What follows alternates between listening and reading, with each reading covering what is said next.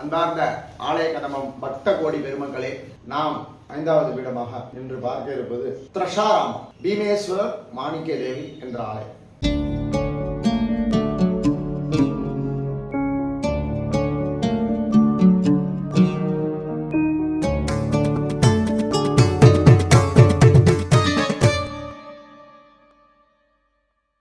இந்த ஆலயம் காக்கிநாடாவிலிருந்து 30 kilometre, ராஜமுந்திரியிலிருந்து 50 kilometre. Kakinada ராஜமுந்திரிலாம் எங்க இருக்குன்னு தெரியும் உங்களுக்கு, ஆந்திரா பிரதேசம். பஞ்ச முகத்தில் இருக்கார் சிவபெருமான். பஞ்சலிங்கேஸ்வரர் என்று சொன்னால் என்னென்ன? அமராராமம் அதோமுகம், அப்புறம் திரஷாராமம் தத்புருஷ முகம், குமாராராமம் வாமதேவ முகம், ஓம் சோமாராமம் சத்யோ ஜாத முகம், ஷீராராமம் ஈசான்யம். இது மாதிரி 5 முகத்தோட இருக்கார், பஞ்ச முகத்தோட சிவபெருமான். சிவலிங்கம் 14 அடி ஸ்படிகலிங்கம் அப்படின்னு சொல்றாங்க. சிவலிங்கத்துக்கு துணியா எவ்வளோ பெரிய விஷயம் வாங்கணும்னு பார்த்துக்கணும். கட்டுறதுக்கு 14 அடி சிவலிங்கம் ஸ்படிகலிங்கம் என்று சொல்லுகிறார்கள். ஸ்படிகலிங்கமா இருக்கிறதுனால புளித்தோல் சார்த்தி சாதாரணமாக நடராஜருக்கு பார்க்கும்போது எல்லாம் சிவனுக்கு உகந்த ஒரு இதுதான் விஷயம் தான் அது புளித்தோல்.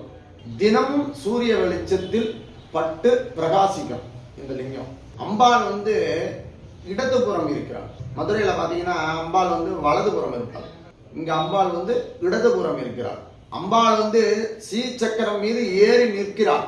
சீச்சக்கரம் சில இடத்துல பாத்தீங்கன்னா முன்னாலதான் இருக்கும், இந்த மாங்காட்டுல பாத்தீங்கன்னா ஃப்ரண்ட்ல இருக்கும். அம்பாள் தனியா நின்று இருப்பா. கொஞ்சம் ஒரு 4 அடி 5 அடி கேப் இருக்கும், இல்லை 2 அடி இருக்கும் கேப் பார்த்தீங்கன்னா அம்பாள் நின்று இருப்பாங்க.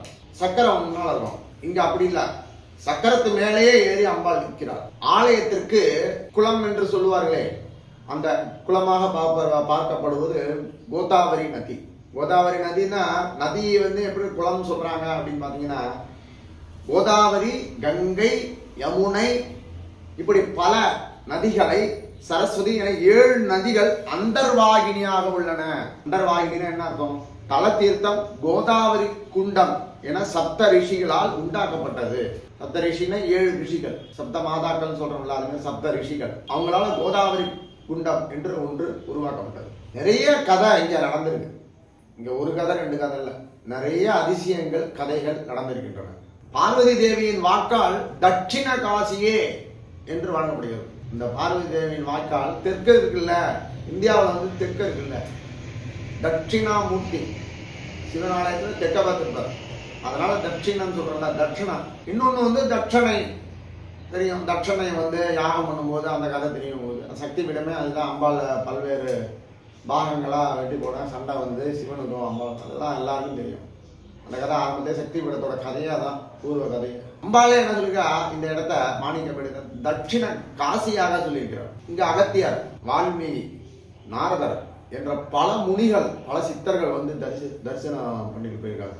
நம்ம பெரிய கதையா நிறைய இருக்கிறதுனால ஏதோ ஒரு கதையை நாங்கள் உங்களுக்கு சமர்ப்பிக்க இருக்கிறோம். 18 புராணங்களை எழுதிய வியாசர் விஷ்ணு அவதாரம் அம்மாலாம் கிடையாது, 18 புராணங்கள். உமாவதரை பத்தி இப்ப நான் உங்க சுவாமியை பத்தி படிச்சுட்டு இருக்கிறதே ஒரு 10 நிமிஷம் தான் படிக்கிறோம். இதுக்கே 100 தடவை புக்கை பார்க்கறது, இதை பண்றது, நோட்ஸ் எடுக்கிறது, அது பண்றது, இது பண்றது, நிறைய மனக்குழப்பங்கள், இது இவ்வளவு ஆய்வாது. 18 புராணம்னா என்ன அதை முதல்ல பார்க்கணும். புராணங்கிறது ஒரு மிகப்பெரிய வால்யூம். ஒரு 1000 கதை சேர்ந்தது ஒரு புராணம்னு வச்சுக்கலாம். 1000 கதை சேர்ந்தது ஒரு வால்யூம் புக்கு. 10 வால்யூம் கூட வச்சுக்கலாம் ஒரு புராணம், அப்படி வச்சுக்குவேன். ஒரு வால்யூம் கூட இருக்காது. கருட புராணம் கேள்விப்பட்டிருப்பீங்க. இதுக்கும் ஒரு படம் சொல்லலாம், அந்நியன் படம். அந்த படத்துல வருது, கருட புராணத்துல என்னென்ன சொல்லியிருக்கேன்னா, டெத்துக்கு அப்புறம் உங்களுக்கு பாவ புண்ணியங்கள் எப்படி கணக்கிடப்படுகிறது, தண்டனை அளவீடுகள் அப்படின்னு. இதெல்லாம் உண்மை. இதிகாச புராணங்கள். அதுல 18 எழுதினவர் வியாச முனிவர். வியாசர் காசிக்கு வந்தார் ஒரு சமயம். காசி வந்தபோது பயங்கர பசி, அவருக்கு அகோர பசி. என்ன பண்றதுன்னு தெரியல, யாருமே சாப்பாடே கொடுக்கல. என்னடா வம்பா போச்சு அப்படின்ட்டு அன்னபூரணி கூட சாதம் கொடுக்கல. தான் புருஷனுக்கு அகப்பையிலிருந்து எடுத்து மண் சட்டியில் அகப்பையால எடுத்து கொடுப்பா காசியில். அந்த படம் எல்லாத்தையும் இருக்கும், பார்த்துருப்பீங்க. அங்கே படமே இருக்கும். தனக்கு மிஞ்சிதான் தான தர்மம் என்பது அந்த சிவபார்வதி அந்த கோலத்தையே பார்க்கலாம். அம்பாள் தைரியமா நின்று இருப்பா, கையில அன்னம் இருப்பதா. கீழே சிவன் வந்து முட்டி போட்டு பணிவா அந்த அன்னத்துக்கு மரியாதை கொடுத்து கை எடுத்து வாங்குவார், பிச்சை வாங்குவார் அன்னத்துக்கு. அப்ப அம்பாள் வந்து நம்ம வீட்டுக்காரர் தானே அப்படி சட்டையோட தூக்கி கொடுக்கலாமே, கொடுக்கல.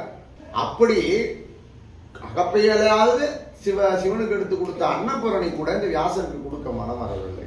அதனால பார்த்தாரு, காசி தளத்தையே சபிக்க முற்பட்டார். பிடி சாபம் அப்படி சொல்ற மாதிரி சபிக்க முற்பட்டார். அச்சமயம் சிவபார்வதி நேரில் தோன்றி அவருக்கு அறுசுவை உணவு சமைத்து சாப்பிட அழைத்தவர். காசியை சபிக்க முனைந்ததால் சிவன் வியாசரை காசியை விட்டு வெளியே போ என்றாராம். சாப்பாடெல்லாம் போட்டாரு. சாப்பாடெல்லாம் போட்டுட்டு, நீ சபிக்க நினைச்சதால்தான் இப்படி பண்ணிட்டேன், பண்ணலாமா அந்த மாதிரி, நீ காசியை விட்டு வெளில விடு அப்படின்ட்டான். பசி மயக்கத்தில் தனது உணர்வை மறந்த வியாசர் மன்னிக்க வேண்டினார். இது முன்னாலே நடந்தது பசி மயக்கத்தில். பார்வதி தேவியோ காசிக்கு நிகரான தராஷாராம் சென்று ஈசனை வழிபடு, இங்கு வராதே என்று சொல்லிவிட்டார். ஆக அவர் தராஷராம் வந்து காசி விஸ்வநாதன் அன்னபூரணி விக்கிரகங்களை பதித்து வழிபட்டார். ஆகையால் இது பார்வதி தேவியின் வாக்கால் அவர் சொன்ன மாதிரி தென் தட்சிண காசியே. தென் நம்ம தமிழ்ல சொன்னா தட்சிணம் என்றால் தெற்கு. தெற்கு இருக்குல்ல, ஆந்திராலாம் தெற்கு, கேரளா, ஆந்திரா, தமிழ்நாடு தெற்கு இருக்கிறோம். அண்ணன் முடிங்கன்னா வடக்க இருக்கிறோம், பாம்பே, பூனா, கல்கத்தா. இப்படி பல சிறப்புகள் நிறைந்த பீமேஸ்வரர் மாணிக்கியாம்பாள் சக்தி பீடத்தை காசி விஸ்வநாதரை தரிசித்து அருள் பெறலாமே. சிவன் அம்பாள் மீது துதியுடன் நிறைவு செய்வோம். கிருபா சமுத்திரம் சுபூபம் திரிநேத்திரம் திரிஷாராம வாச மாணிக்கம்பா சகிதம் ருத்ரம் பசுபதிம் சதாசிவம் விஸ்வநாதம் பீமேஸ்வரம் பரமதயாலும் மணிசம் நமாமி. வியாசவந்தித காசி விஸ்வேஸ்வர பீமேஸ்வரம் மஞ்சுள வாக்விலாச சக்தி பீட மாணிக்யாம்பாம் நமாமி. ஓம் சிவசக்தியே நமः.